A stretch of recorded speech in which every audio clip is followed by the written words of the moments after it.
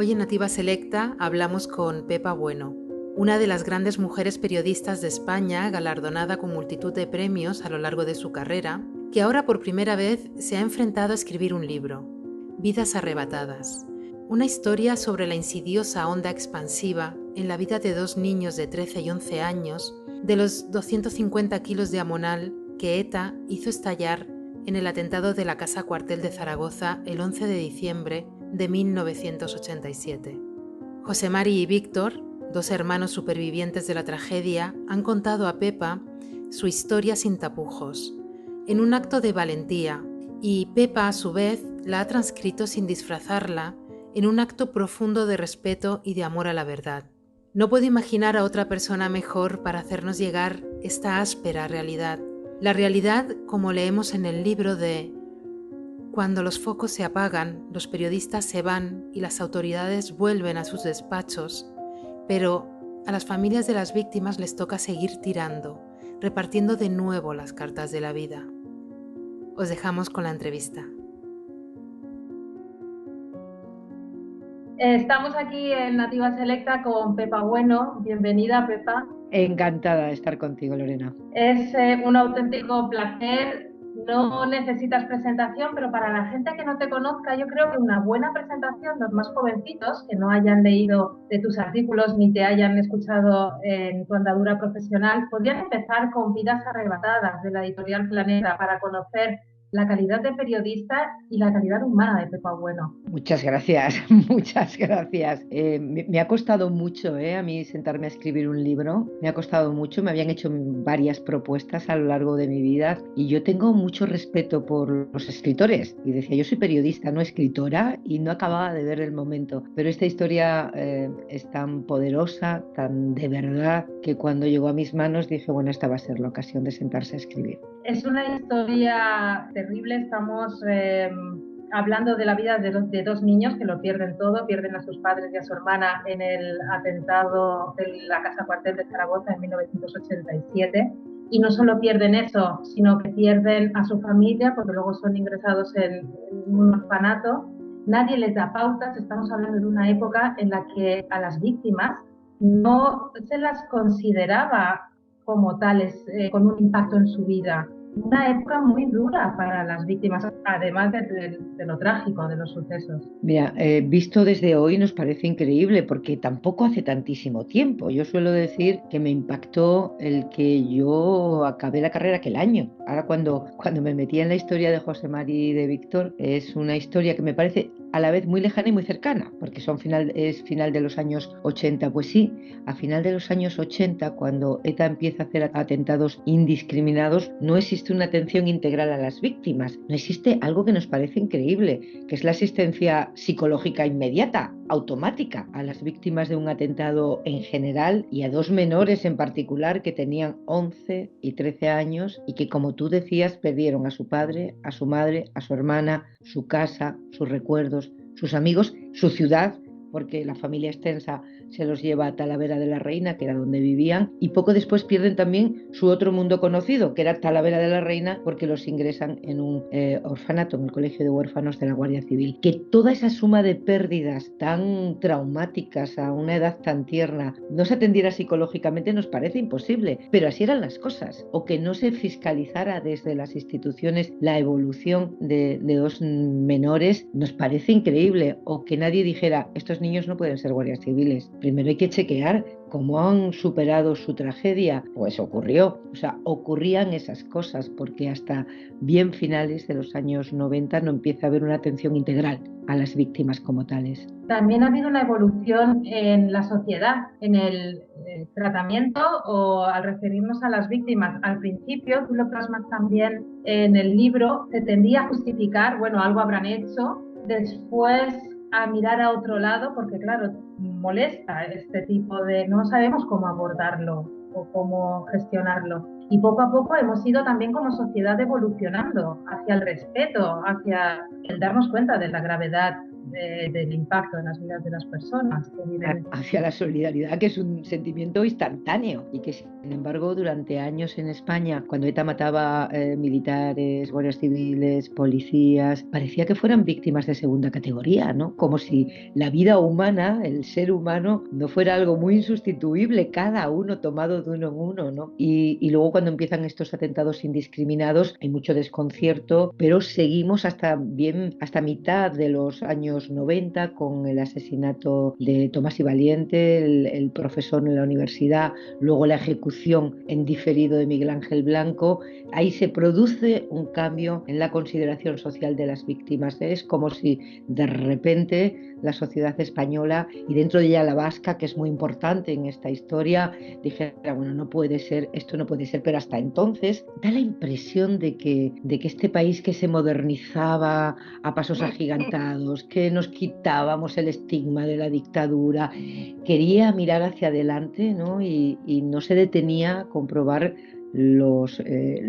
a quienes iban quedando por el camino, y por el camino se iban quedando no solo los fallecidos por el terrorismo, sino los supervivientes, los heridos, los grandes olvidados, con heridas físicas y heridas psicológicas muy graves, ¿no? Heridas que muchas veces tenían que compaginar con una lucha también con las administraciones y las instituciones. Hay un pasaje en el libro que es José Mari, al que no diagnostican como víctima del terrorismo hasta hace bien poco, el 2019, si no me equivoco. Hasta diciembre del 19. Diciembre del 19, y dice, ese diagnóstico, el que le daba siempre de trastorno de ansiedad generalizada, borraba las huellas en su cuerpo y en su mente de los 250 kilos de amonal, rompía el hilo que unía sus pesadillas, sus obsesiones y su parálisis con aquella mañana de niebla del 11 de diciembre de 1987.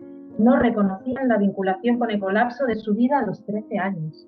Claro, es que la historia de José María es tremenda, porque él ni siquiera aparecía en la relación de víctimas del primer juicio por ese atentado que fue en el año 94, no aparecía. Y él tuvo que ir al Ministerio del Interior y decir, oiga, que yo tenía 13 años, ¿dónde iba a estar? Él lo cuenta con mucha gracia, que iba a estar de discotecas por ahí, tenía 13 años, yo estaba año 87, estaba con mis padres. Y luego a lo largo de su vida, claro, él tiene un desequilibrio emocional evidente, la vuelta a los cuarteles de la Guardia Civil como Guardia Civil acaba de desequilibrarlo totalmente porque lo devuelve al escenario de su pesadilla adolescente y tarda increíblemente tantísimos años en que se establezca la relación causa-efecto entre el desequilibrio emocional que le paraliza y le impide ejercer su vocación, porque así como Víctor se metió en la Guardia Civil para huir del orfanato, era la vía rápida para irse, José Mari sí tenía vocación y tiene un recuerdo muy idealizado de su padre. Él sí quería haber hecho convertirse en un servidor público por esa vía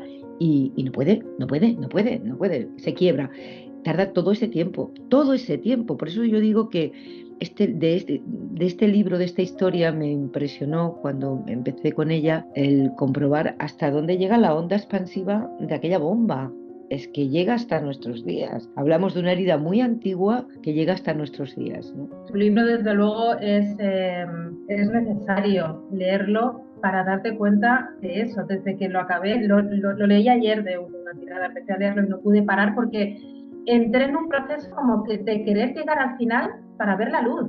Yo quería que estuviesen felices y que ya se hubiese acabado. Nos haces pasar, creo que lo has transcrito muy bien, por todo el proceso que horrorosamente y lamentable que han pasado ellos, y pesa muchísimo. Sí, mira, yo suelo decir que no es una historia con final feliz porque se haya plasmado en un libro. O sea, porque haya visto la luz y se haya plasmado en un libro no es una historia con final feliz, porque ellos aún en su presente acusan mucho, ¿no? Su propia experiencia, su desamparo, ¿no? El desamparo en el que han crecido y la soledad que han sentido. Eso lo cuenta bien Víctor, ¿no? Llevábamos una etiqueta aquí, pero nadie se ocupaba en realidad de lo que había detrás de la etiqueta, ¿no?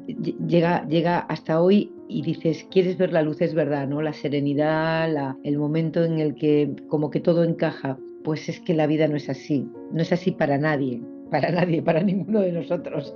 No hay un momento en el que todo encaje tampoco para ellos, ¿no? Pero sí comparto esa sensación que me describes de la necesidad se merecen ser felices, ¿no? Se merecen se merecen un poco de calma, de reconocimiento, ¿no? A mucha gente me dice, siento ganas de pedirles perdón cuando leo el libro, ¿no? De cómo no pensé en vosotros antes, ¿no? Pero las sociedades son así. Fíjate, yo estos días, a propósito de la salida del libro, pensaba en la pandemia, ¿no? En la pandemia en la que hace un año nos decían, hay 600 muertos y nos parecía que era, en fin, imposible, que con aquello no se podía seguir. Ahora nos dicen que hay 700 muertos en un fin de semana y solo pensamos en la vacuna, la vacuna, la vacuna. ¿Cómo salir de aquí, no? Pues salvando todas las distancias, reflexionaba sobre si a todos como sociedad nos pasó un poco lo mismo, ¿no?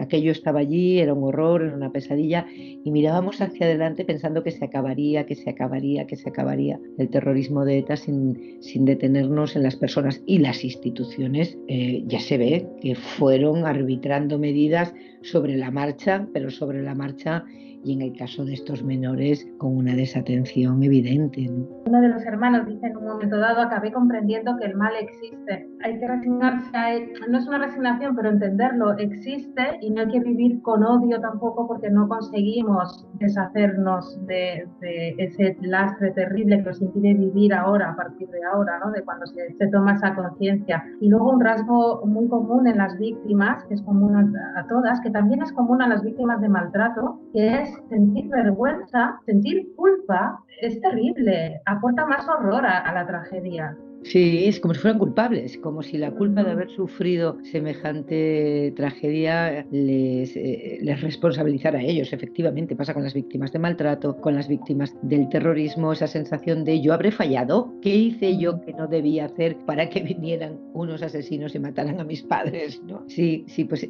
con ese peso de la culpa han ido creciendo. La psicóloga de la Asociación de Víctimas del Terrorismo, que ha sido fundamental para José Mari, porque en su caso es la primera persona que le hace un tratamiento específico y que le dice, oye, si es que lo que a ti te pasa le pasa a mucha más gente, si es que no es que tú, como él dice, yo no estaba loco, aquello tenía una razón de ser, le ayuda a identificar todos esos sentimientos, ¿no? El de la culpa, que no es culpa tuya, esa pregunta que ellos se hacen, ¿por qué mi hermana sí y nosotros no? ¿No? Es decir, claro, todo eso es que necesita de manos profesionales para irlo desactivando. Y ellos han tirado solos, con sus traumas.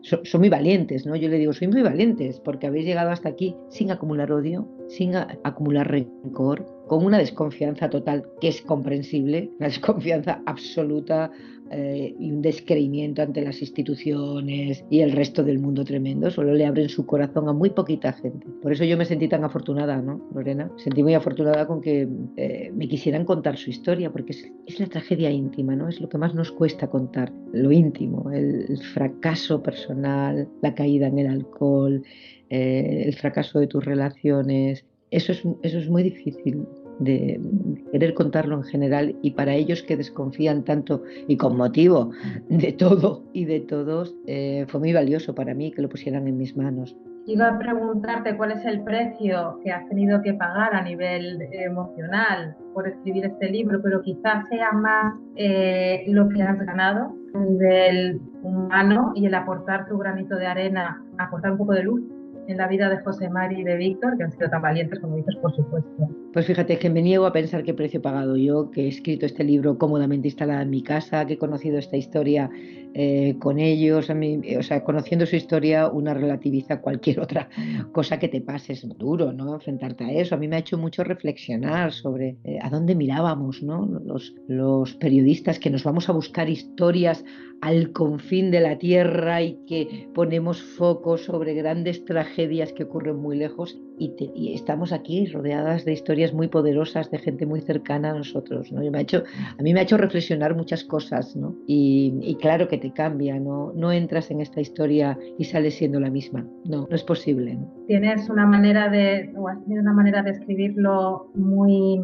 Está desprovista de florituras, no encubres nada, no le das ningún tono, eres lo más objetiva posible, introduces extractos del diario íntimo de José Mari con su psicóloga, y luego esos especies de titulares, como si hubiesen sido crónicas que has ido acumulando, que te recolocan al lector otra vez donde tienen que estar. Este el foco, ahora te pones aquí y ahora sigues leyendo y asimilando todo lo que te acabo de decir, claro, Sí, sí, me parecía importante como iba a hacer saltos en el tiempo, idas y venidas en el orden cronológico de las historias, marcarlas, ¿no? Y supongo que la periodista que hay en mí necesitaba un titular para centrar, un titular y una cita de ellos para centrar cada uno de los capítulos. Y sí, hice mucho esfuerzo por la sobriedad, mucho esfuerzo por ser sobria, porque me parecía que la historia tenía tantos ingredientes emocionales, tantos ingredientes de una dureza extraordinaria que no necesitaba adornos y no precisaba de muchos adjetivos porque el simple relato me parecía que era mucho más elocuente, ¿no? Y sí, y claro, y de fondo sí que necesitaba ir, que tampoco pretendía hacer la historia ni del terrorismo ni de España, yo no soy especialista en ninguna de las dos, ¿no? Pero sí ir contando de fondo, como un telón de fondo, la evolución de España y de la consideración del terrorismo y las leyes y la evolución de la atención institucional a las víctimas de fondo, porque eso es lo que marcaba la vida de ellos dos, ¿no? Pero sí, hay un ejercicio evidente de sobriedad, ¿no? Miren ustedes, he tratado de encontrar aquí la verdad y es esta. He buscado la verdad y esto es lo que he encontrado y que cada uno saque sus conclusiones, ¿no? ya para acabar, con un poquito de luz, ¿qué podemos hacer en esta evolución que estamos teniendo también de madurez, tanto nosotras, que hemos crecido con ETA muy presente en la sociedad española, ha sido así, pero como sociedad, ¿cómo podemos mejorar la escucha a las víctimas? Aparte de leer este libro, que me parece fundamental, ¿qué podemos hacer para ayudar? A ver si yo tuviera la respuesta, Lorena, pero yo creo que hacer lo que estamos haciendo, ¿no? Hacer lo que estamos haciendo. Mira, la ficción está haciendo mucho, Patria ha hecho muchísimo por acercar esta historia tan reciente a los jóvenes. A mí me sorprende cuando en las entrevistas con los periodistas más jóvenes que han leído el libro me cuentan su impacto porque me dicen, yo no tenía ni idea. Y yo les digo, tranquilos, nosotros casi tampoco.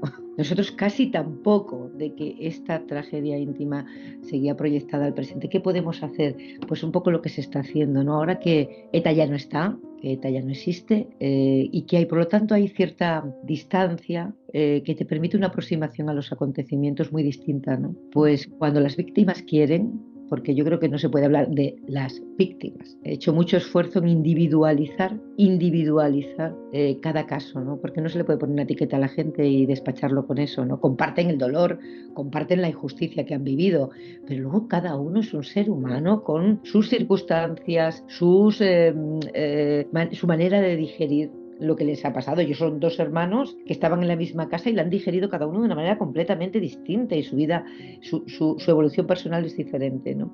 Pues escucharles cuando ellos quieren hablar.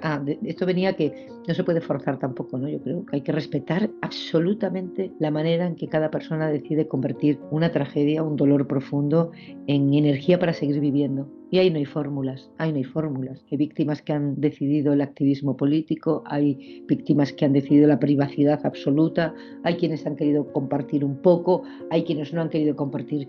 Pero yo no soy nadie para decirle a las víctimas cómo deban gestionar su propio dolor y su tragedia. Los demás escucharles cuando quieren, ¿no? Y no volver a cerrar nuestros ojos y nuestros oídos, ¿no? Cuando dan el paso. Pues vamos a quedarnos con ese consejo. Pepa, muchísimas gracias por tu tiempo y por Vidas Arrebatadas, y gracias también a Planeta por haber hecho posible que viese la luz. Te deseo una semana maravillosa y muchos éxitos en tu vida profesional, que ya los tienes, pero que sigas. Muchas gracias, Lorena. Ha sido estupendo hablar contigo. Gracias. Adiós.